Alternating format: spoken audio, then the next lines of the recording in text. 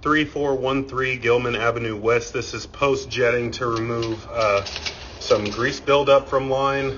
Not sure why my camera's so foggy, but we're going to pull back here from 50 feet to exterior clean out, just showing that grease is gone. There is a small belly in the line, so we'll also travel through that.